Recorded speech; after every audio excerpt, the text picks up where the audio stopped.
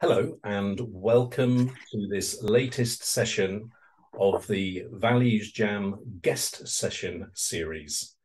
Not easy to say that sometimes, you know. Anyway, this time we are delighted to be joined by Nick Kellett. And Nick, would you like to introduce yourself and the brilliant work that you're doing?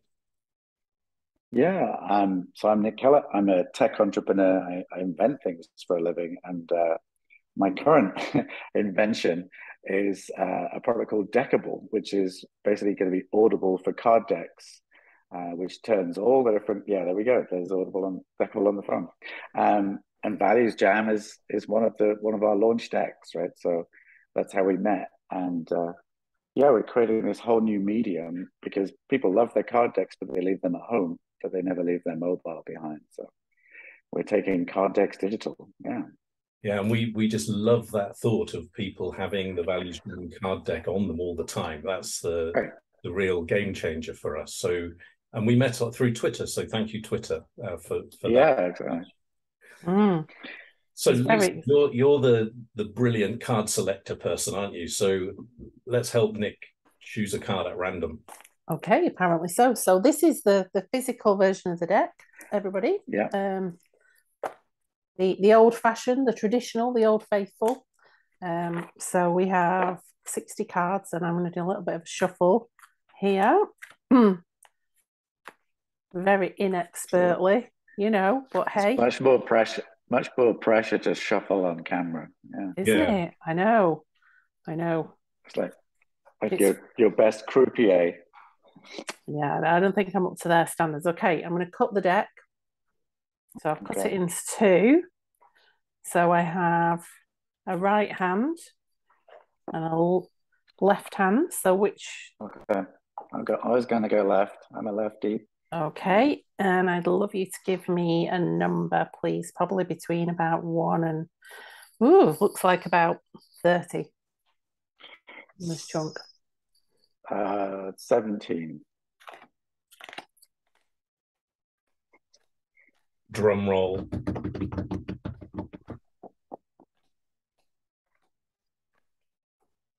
What have we chosen? Ambition. Yeah. Yeah. Fascinating. So we've chosen the value ambition. So Nick, what does ambition mean?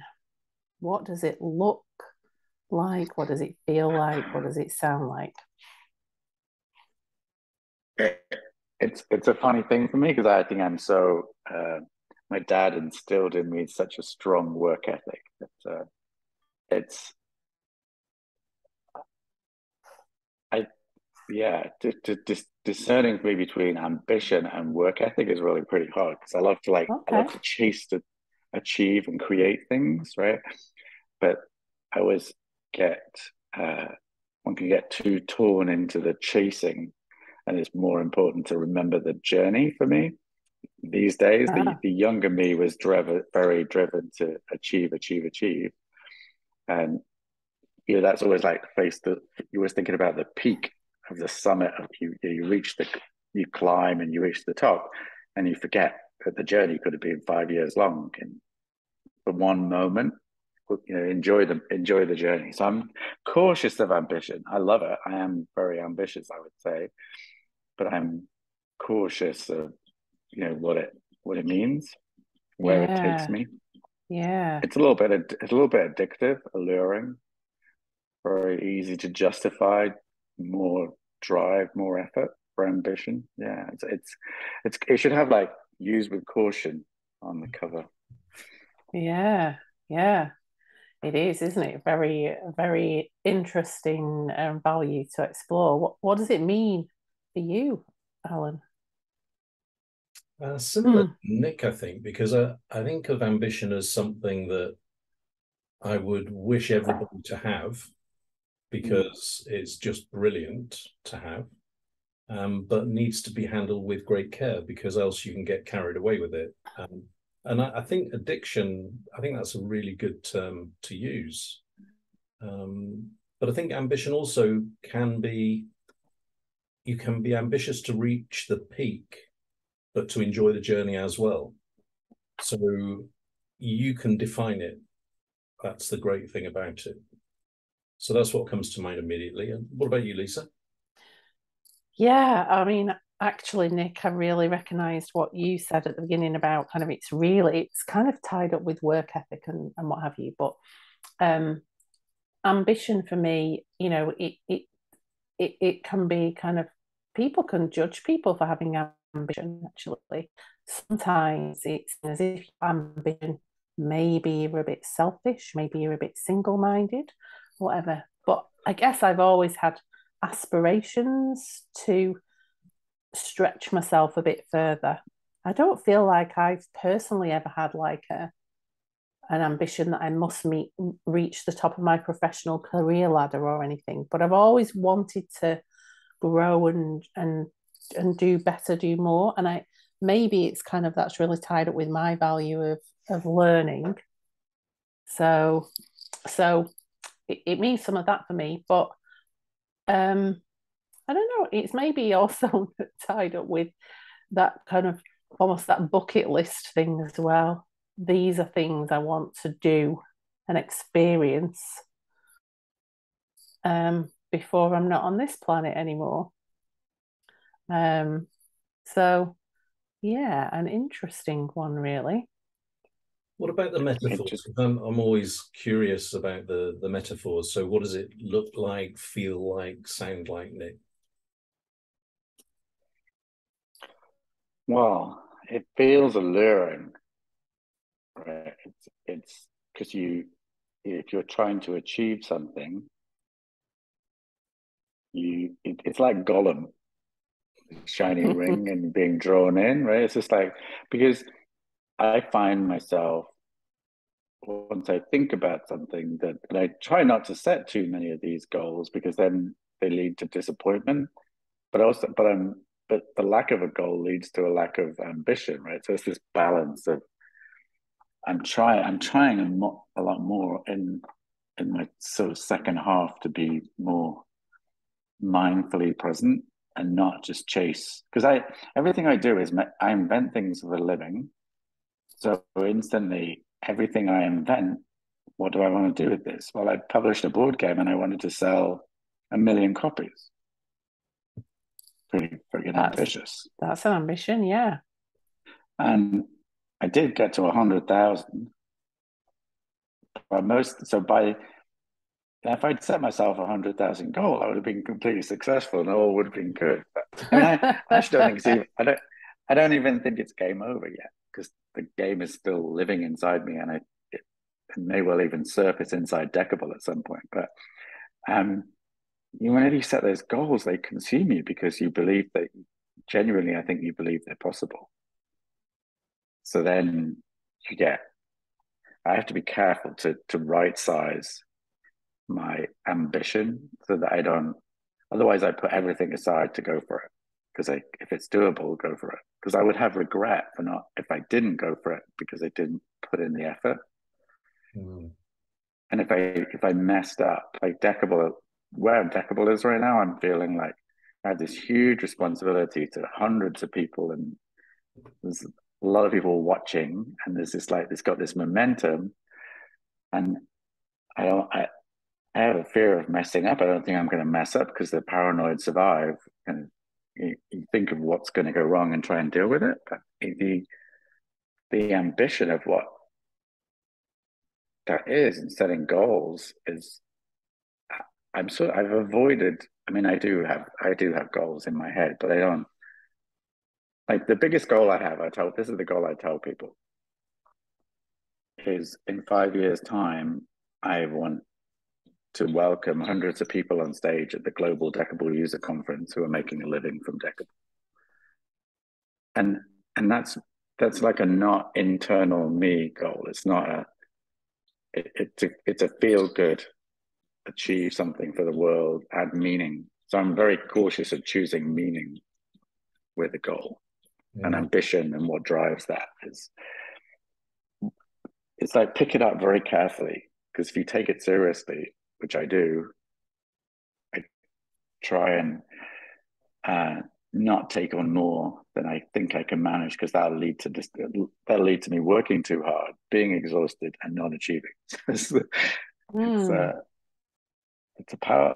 Ambitions are really that's talk about the universe picking a card. That's like a red hot poker for me to like dance around. Like it's alluring, but you go too close to it, you believe too much, and then it skews everything. ValuesJam has a real habit of doing that. It does. Yeah. Someone that it wants you to talk about and wants you to feel about and wants you to think about, actually. And you know what, actually, Nick, you just reminded me of the ambition that Alan and I had for ValuesJam. What was that? Alan's smiling. 1 million values-led conversations. Yeah. And we thought, is that a big number? Is that a really big number? And actually we thought, you know what? It's just a number. And when you play around with the figures, it's doable. And not long after that, we met a fellow values jammer who had her own ambition, awaken 1 million, awaken the consciousness of 1 million. So there's something about this 1 million. Maybe it's the 1 million thing that's the ambition for us all. It's a magic number for us. Yeah. Getting to 1 million users, that feels actually totally like that's totally doable. Not hard. I mean, it's not easy. And I was co-founder of Listly, and we have 1 million users, so I've done it once. So wow. I do believe there's something magical about cards generally. Then you talk about, ValuesJam surfaces the card that needs talking about. And I think, I believe in the universe and that forces of like things that make the things like that's the power of manifesting, or you need to have this conversation to talk about this, right? And going back to your goal, like, we chatted the other day about, I'm telling everybody there are 3 card decks everyone needs to own, which is basically a values deck, an emotions deck, and a strengths deck. Because if you live to your values, if you can express, and you're wrapping in feelings inside this, because you're saying, where do I feel that, right? So if you can, we have such poor vocabulary. How are you doing? Fine. Where do you feel that? Don't know, right? That's exactly where I sat before. And so now I'm driving DECKIBLE with the technology piece, but my kind of go-to-market strategy is values, feeling, strength, right? Because I can talk to any man or woman on the street, any child, any aging. But I have 2 friends right now who they don't realize it, but they're having a values battle. And I literally said to them the other day, get yourself a values deck. You 2 need to sit down and hammer down where your common values are, so you can actually build bonds, and then trade around the things that you want differently, but build from your strengths the common bond. And I don't know whether they'll get around to it, but I hope they do. I hope they do, and that's the thing, is like harmony is kind of a real is a thing that we're driving for here, because harmony doesn't mean everybody's got to be the same. Actually, musical harmony is about different voices coming together and coexisting, and actually they need each other in order to sound beautiful together. And that's what ValuesJam's about. And it's because those 2 friends, neighbours of yours, they might both say that they have the value of respect, let's say, but their definition of what respect means, what it means to them, may be different. And so that's today no word has a meaning. There's no universal meaning for any word. They all mean different things to each other. They do. And that's why cards as a prompt are so helpful in kind of pulling it out of us, isn't it? Kind of almost dragging it out, because feelings sit in that place in our brain where we don't have language. It's really, Totally. really, yeah. And I think one thing that struck me is, like, in the workplace, we bandy around our Myers-Briggs and all these different categorizations. What we should have on our profile is, these are my top 3 values. Yeah. Right? Yeah. I think we've done that, haven't we? People don't actually know what they are, or if they say they do, they probably haven't done enough work to figure out which really are their top 3 values. And 3 months in, to keep reviewing what your values are until the real ones emerge, because we're almost shinily drawn to some things that we think are our values, but if we're challenged by our friends to say, well, that's actually not true, you don't do that in reality, so you're kidding yourself that is your value, I would challenge you to relook at that. Right? And that takes time and effort, and a kind of 360-degree review. But if I walk into a meeting and know what everyone's value is, I can use like my top 3 values are creativity, adventure, and integrity. And so, and if I knew what your values were when we met for the first time, I could have spoken to your values, right? Yeah. And we all want to do things for the right reason. So if we make it easy for other people to work with us, it doesn't mean we have to work with them. We could have a conversation and say, no, it's not a fit. But we can actually use a common language so that we actually, oh, I see. Yeah, okay. It's still not a fit because I've got 100 other things that are more important to me than that right now. But thanks for the conversation. Oh my God, this is amazing. This is going straight to the top of my list. This is a must-do thing. Absolutely. And, I actually think that that's how our younger generations are selecting the people that they want to work with, because I think they're being a lot more selective about the roles that they go into, the companies that they work for. Whereas my generation, it was this whole deference of, oh my goodness, I have to really work hard for them to want me. Whereas actually it's kind of the new generation turn it on its head, don't they? I think it's true. I think you're right, but I don't think they actually have the lens of values to do that. They've somehow inherited it, but there's something cool about having a values framework, because then you can debate and discuss, but you know what you're trying to achieve. If you can use values, but if you don't say, this is a value-based conversation, this is a values jam, right? Use your language, then it doesn't carry the same weight, because you're coming at a conversation without a model and a structure. Because you're telling me values, and I could be saying, oh, I see, this is a values conversation. Well, what about this value instead of that? I think you're actually, because there's a big menu of things you can choose from, 60, right? I think we often don't even know our own. It took me a while, and there's like things hide behind other things when you pick the values. Like, this is connected to that, so which one's the one do I pick? Because you can't, Yeah, you're absolutely. It's fascinating. I didn't understand this a year. I mean, I'm well over a year into this. The idea that the realization that values, strengths, and feelings are the core to moving us to they're the common toolkit and a framework that really should be taught in every school. They should be executed in every workplace and every community, right? Yeah. That would lead us to a more peaceful, appreciative, caring. Yeah, society. And there's an ambition, Nick. There's an ambition that we can express, right?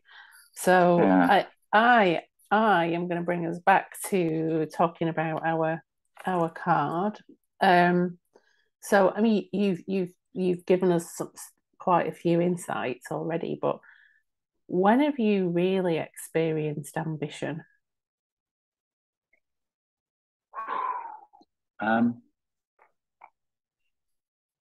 Well, I did set off with my board game to have ambition for sure, and there was a point in my board game where I was at Essen, which is the biggest game fair in Germany, and we had 100 copies of my game translated and printed just for the show in English and German. And my German's a bit rusty, but by the end of the show, we'd sold out, and I'd relearned my French and German, so I could explain the game in French and German, and sold lots of copies that way. Wow. And at the end of the show, I was right by the Spiel des Jahres stand, which is basically the Game of the Year stand. And in Germany, the Game of the Year is the most prestigious award you can win. It's like an Oscar. And they were tearing down the stand, and I tore down one of these, like a Spiel des Jahres prize, and it was like 4 feet tall, sticky.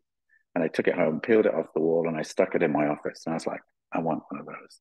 And like I was manifesting to get it. So that was my ambition. And I don't know, a year later, 18 months later, probably, because we'd signed a stupid contract with a guy in Germany. So we couldn't go into Germany. He never published the game. So we basically were blocked out of Germany for legal reasons.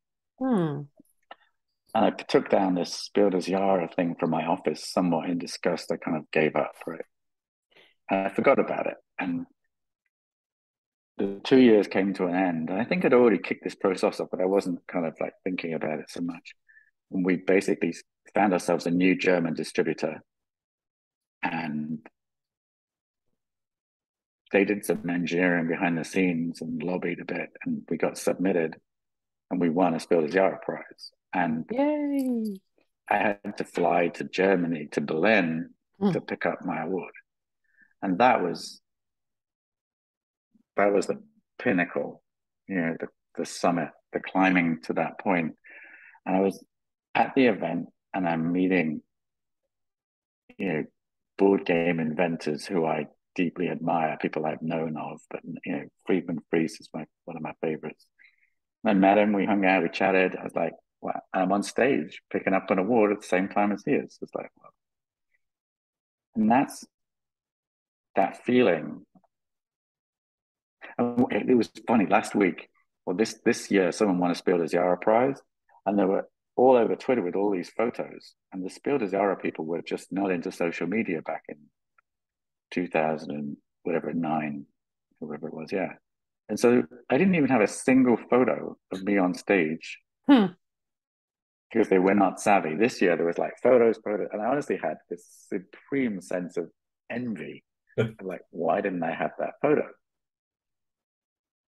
Because it's almost like, if you don't have the photo, did the memory happen? I don't know. And I said to myself, well, you know what? You could always just make another game and get another award, and we'll sure you get one this time. A new ambition, yeah. Well, you're making me think of a question about ambition, Nick, which is so when you kind of achieve an ambition that you set for yourself, how does it feel? Is that it? Do you feel satisfied and go home?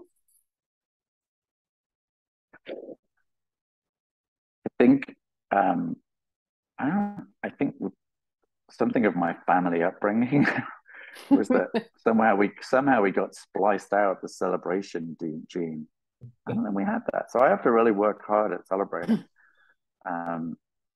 I'm much more better on the drive to the top than when we get to the top. Yeah, so I do believe in celebrating a lot now, but I actually have to work at it. It's funny, but I have no problem driving, pushing for to feed and fuel and serve the ambition. But yeah, celebrating I always find celebration as well is a funny, messy ending that you often feel so jaded by the time you've got there. Like I remember when excuse me. Oops. I love AirPods. Yeah, exactly. I sold my company to Business Objects, a big software company, back in '99, and they're now part of SAP. And I remember the final signing, and the signing was way later than we planned. We actually ended up on a beach in, I forget even what country we were in, but we were somewhere. We'd gone away because it took longer and it hadn't happened. And almost because it had been dragged out, it was like, oh, that's it then. It felt flat because you want the sort of, my experience is that winning it, or celebrations are a kind of messy ending. They don't, you visualize them as being, you arrive at the summit and ta-da.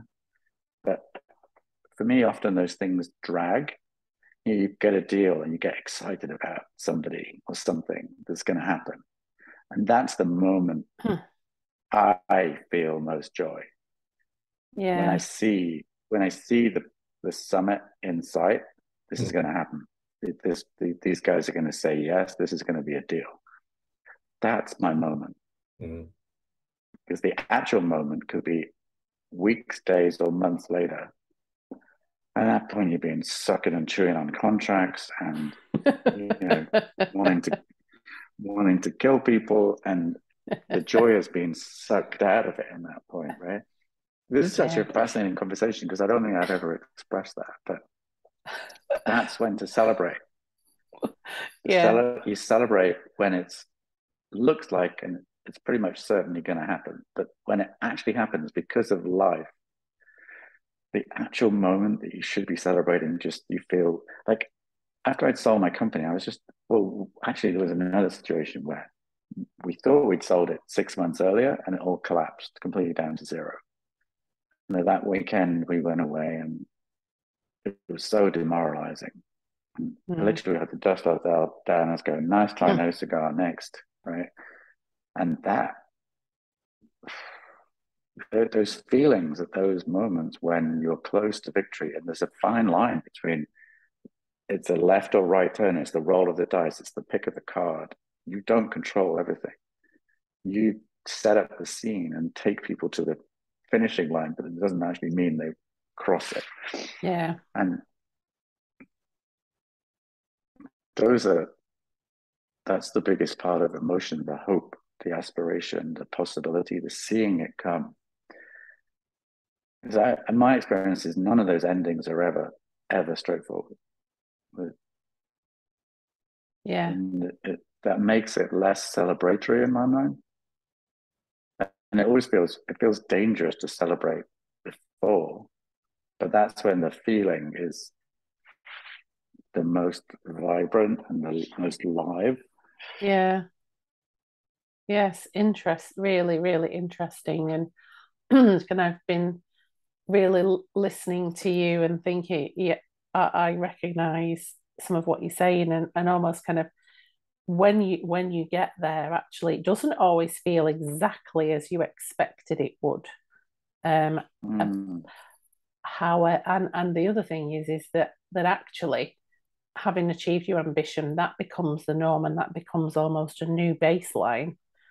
So, what's the next ambition? And you introduce yourself as an inventor. Right. So I don't imagine you ever kind of sit and think, hey, that's it. I imagine that there's ambition after ambition. Well, the I'm an inventor thing came out of the soul destroying element of inventing things that don't always work. Because if I say before I used to say, what are you doing? I would say I'm doing DECKIBLE. And then if DECKIBLE wins, I'm a superstar. And if DECKIBLE doesn't work, oh dear. And that feels awful. So I learned this because this feeling of being a one-trick pony was, oh, so you just sold your company, now what? What are you going to do? Is that all you got? There's a wonderful talk by Liz Gilbert, who wrote Eat, Play, Love. Her TED talk is amazing. And she talks about the grim reality that possibly your best work is behind you.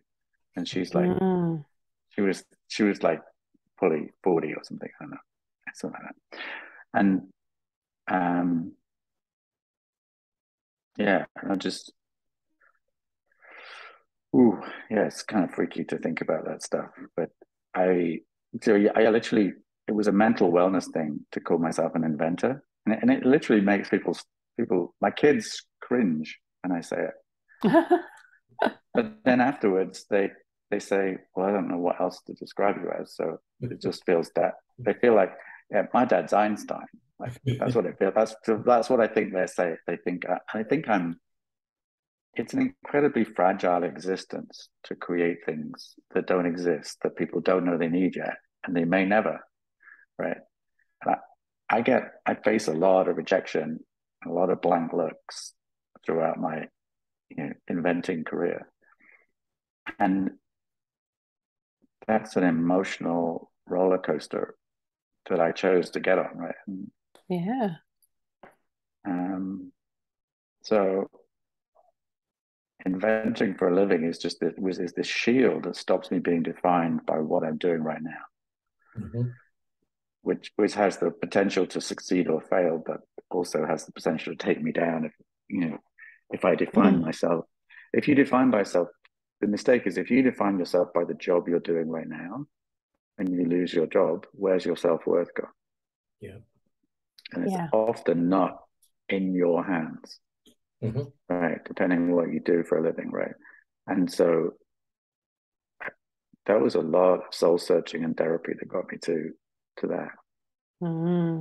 That's been what's coming through for me out of this conversation, Nick, is that when we were talking about the metaphor for ambition, the phrase that came to my mind was positively restless.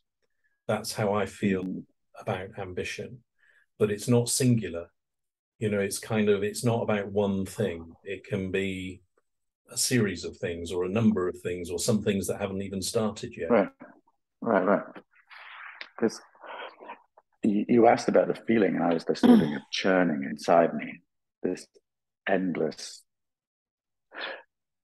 it's like this black hole of uncertainty that churns.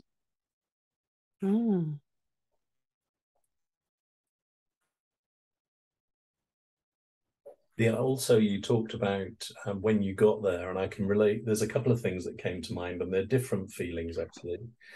So when I was deciding what to do at university, I didn't want to do a pure topic.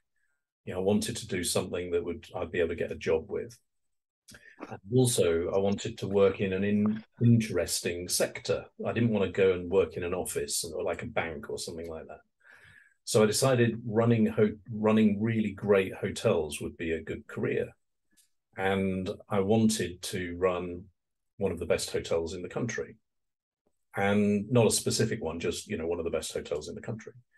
But when I got my job to run one of the best hotels in the country, I wasn't thrilled or pleased. I was almost like, so here I am.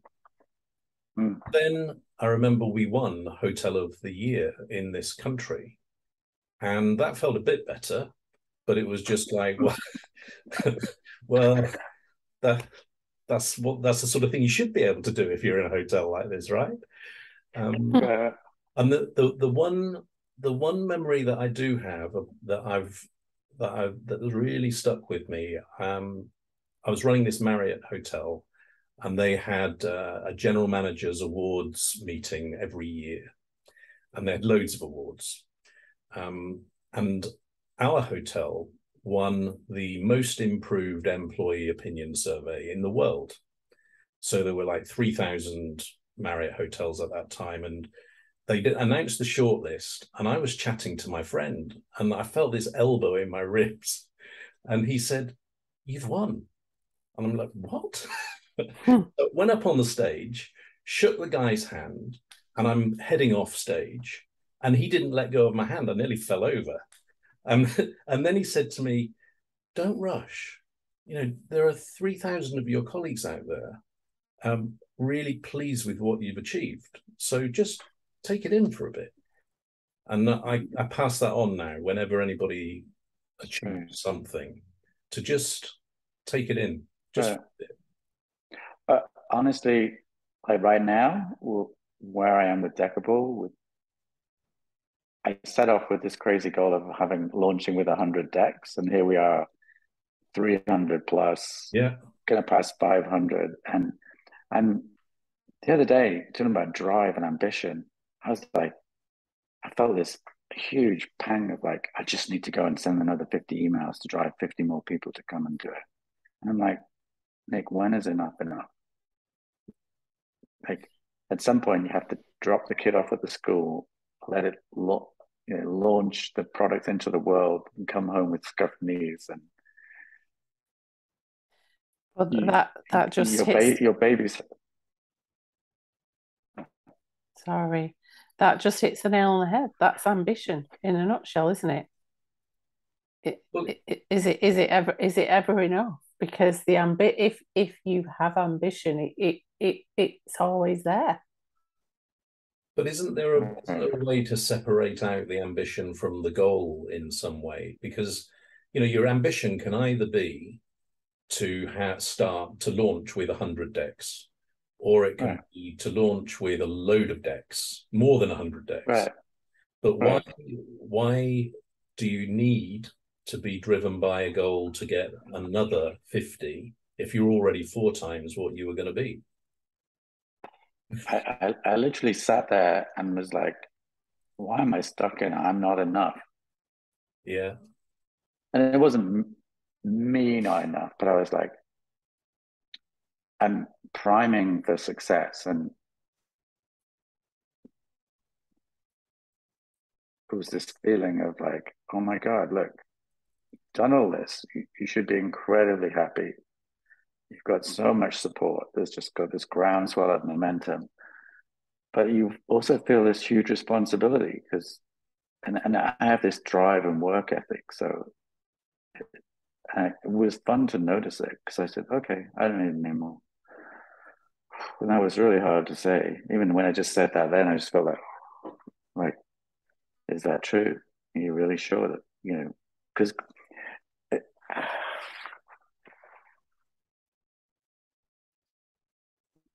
somebody said, Anthony, who said it to me. It was, who's the lady that does, I can't think of her name now. There's a lady that does that true. She does this, there's this famous self-help coach lady. She'll come to me with that. And she has challenges, whatever you say, is that true? Are you sure that's true? What if the opposite was true? So are you totally convinced you absolutely have to have more? Is that true? What if the opposite was true?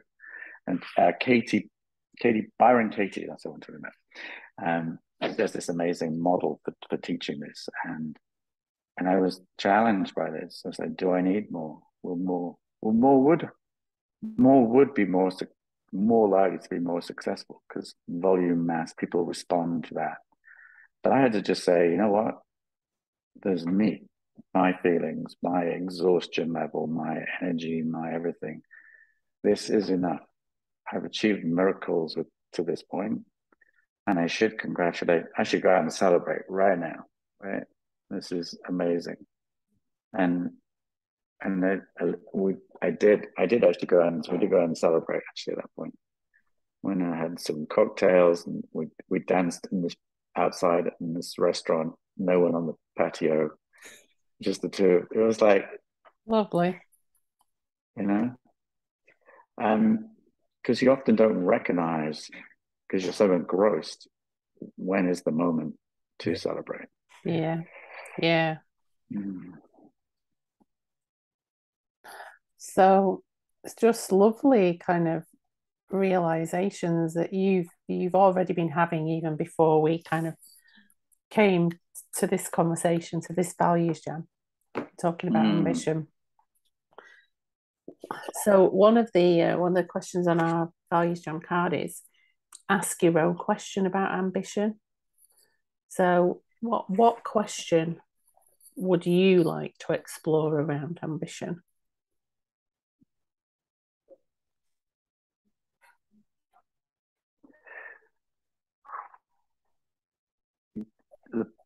The thing I question in my own head around this is whenever I say something, is that a story I'm telling myself? Or is it truth? Because like I say, I want to, because I'm not, like, I kind of think with with DECKIBLE. I haven't put any financial goals to it, because it'll just consume me. So I found it much more grounded to talk about what it's going to achieve for other people. And sometimes I ask myself, but is that true? Right. And I think it is, because I know, having created things before, that these things can be all consuming and take you over. But I always think it's fascinating when you tell, that's why I love the Byron Katie, because when you tell you something, these things become like the gospel truths. And then you ask yourself, is that true? What is the opposite is true, right? Yeah, like a belief. We say things, and few people challenge us in the things we actually say. But if you challenge yourself to say, is that really true? Am I really being true to myself in that moment? Mm. And that's really hard to do, I think, because the stories we tell ourselves in our head are all wrapped around other stories, and everything's attached to other things. And like,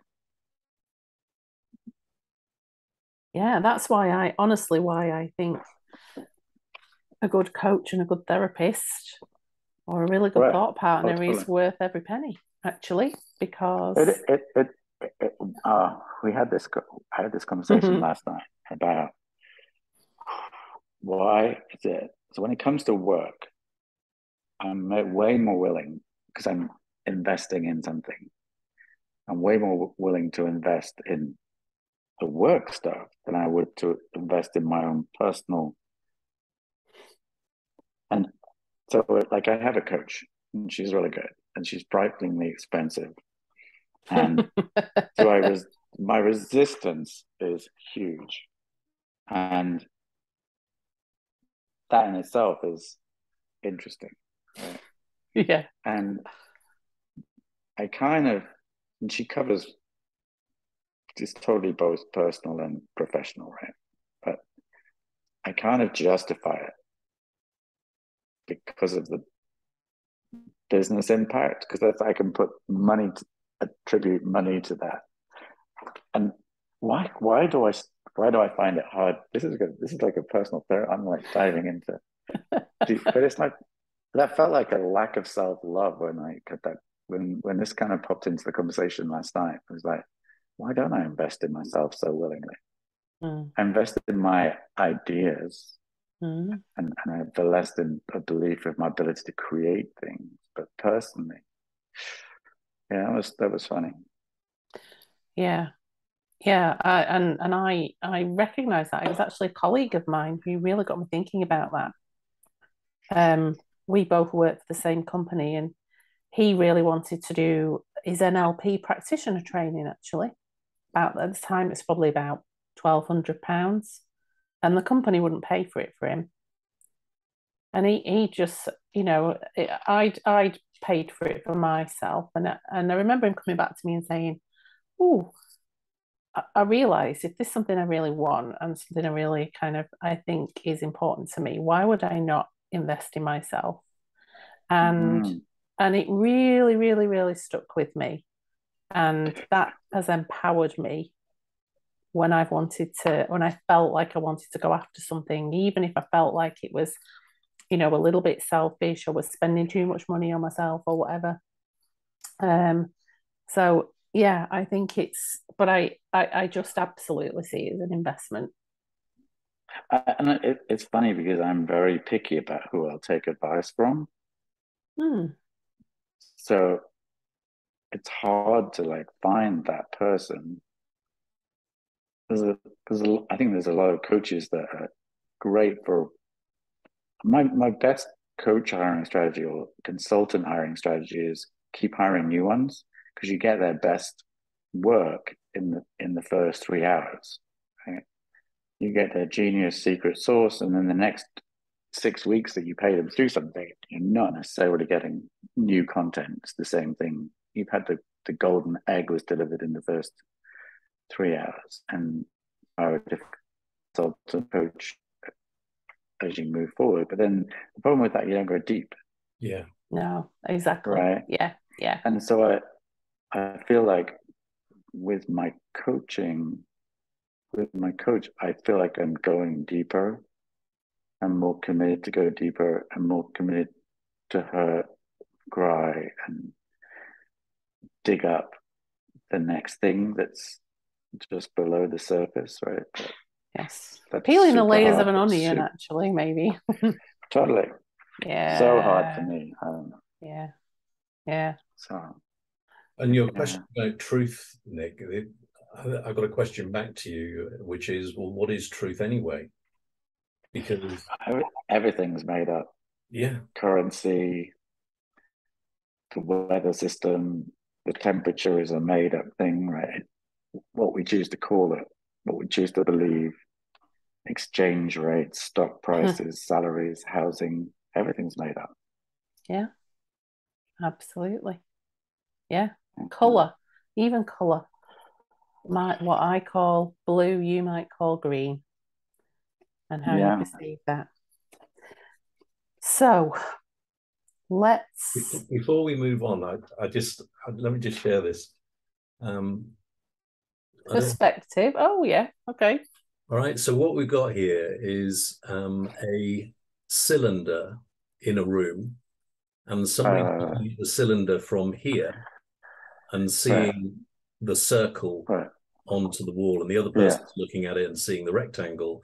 And for each of them, that's their truth. You know, that's what they're seeing. But the reality is that it's something else. And so I just find it fascinating that people attach so much importance to truth when it's such a nebulous thing. Well, it's only my comment was related to what am I deceiving myself of? Yeah. Right. So what's behind that? Why am I saying that? Why am I holding on so tightly? Because some things we hold on to really tightly. And and then they're the ones that are much harder to let go of. And when you do let go of them, the whole flood of other things were hiding behind that. Yeah. There's your next 6 months of coaching and growth and all that stuff. Absolutely. Look up John Berger, Ways of Seeing. That's a great book on perspective and art and whatnot. Yeah.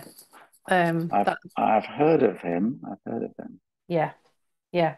Very, very, very thought-provoking, very, very smart. Okay. So let's kind of begin to wrap this up now a little bit, our values jam for today. So what are we encouraged to do or feel or think differently about ambition as a result of our values jam today?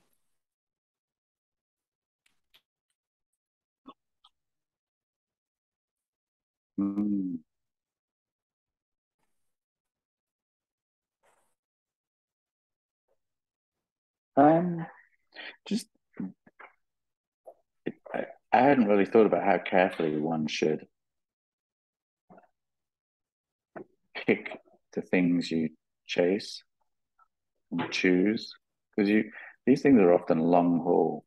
So you need to be very careful about which bus you jump on, because it's a 3 to 5 year. Every project I pick, I'm a lot more cautious about picking. Previously, it was like shiny object, next project.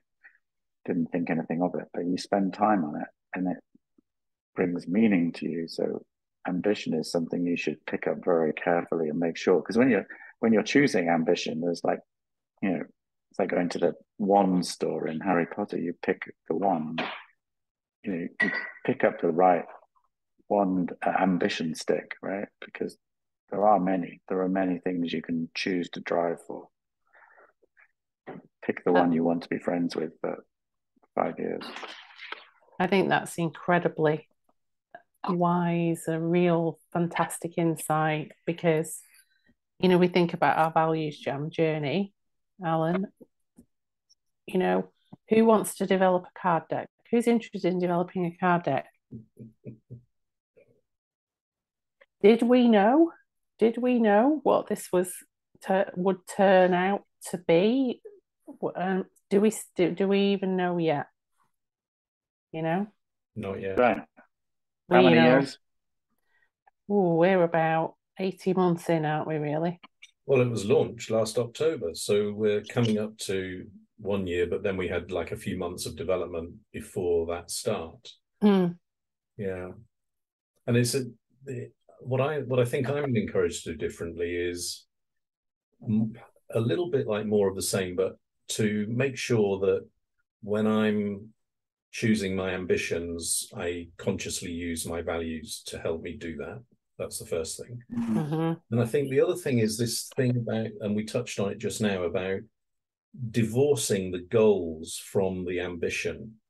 Because I think you start with the ambition, but you translate that into goals, and then the goals eat you up. And so I'm going to be pushing the goals away a bit, and it's like questioning, are you real? Because what's more important is the ambition. The goals. What's going to get me to that? What's the right goal? Because you can pick the wrong goal and you've been chasing that. But and they could change over time. Totally. And you can't have, really, I don't think you could have more than one metric that drives you. You can have a company with 5 people and each have a different metric because they've got a different department, but one person should be chasing one. We need one North Star to send us somewhere, right? So yeah. Otherwise, we're like, which way do I go? What about you, Lisa? I'm going to kind of pull together what both of you have said, actually, and then come right back to where we started, which is about actually I'm enjoying the journey and consciously using values to select kind of my ambition. And it plays totally to what my coach says to me almost daily. It is enjoy the journey, and when you behave as if, and when you feel as if you've already got there, it comes to you, and you don't have to do all the working outs about how, by setting those kind of KPI pieces in the middle. But it is a dichotomy for me because everything that I do in business is driven by KPIs and measures and goals and planners and schedules and statements of work and contracts. So there's got to be a sweet spot somewhere in there that works, really. I think. And I think I also kind of, what I'm going to think to feel, maybe it's not feeling differently, maybe it's feeling the same, is that ambition kind of, it grows and moves and changes with you as you grow and change, actually.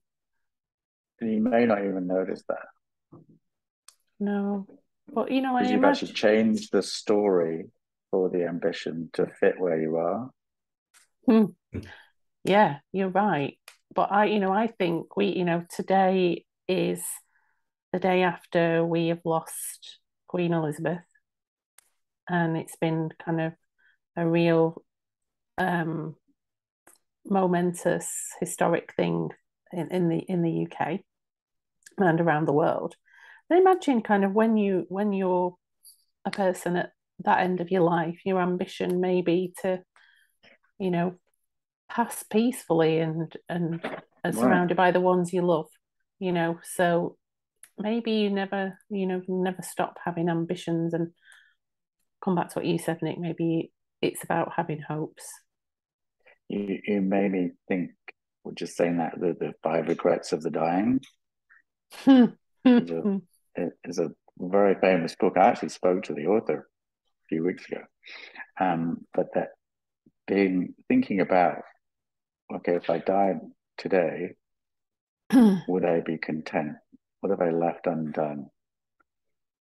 It doesn't pay to leave anything undone because you don't know. Right? No. We don't all get to be the Queen's age. How old was she? 96. Wow, yeah. Wow. 96 years old. Yeah. if we all knew we were 96, we could plan it out smoothly and easily, right? But, yeah. Well, hey, I have an ambition to reach 96 and still be as amazing as she was. So how about that? Go get yourself a corgi as a starting point. Yeah. Absolutely. Absolutely. And practice the wave. Practice the wave. I don't think I could ever replicate her smile, actually. Well, we just need to thank you so much, because this has been just a I think fascinating is the word that comes to mind, because we've kind of explored things that I don't think I would have expected we would have explored when I saw the card at the beginning. And it's just been a truly magical conversation. So thank you very much. Thank you. It was fun. Thank you, Nick. Awesome. We'll chat. I'm sure we'll chat soon.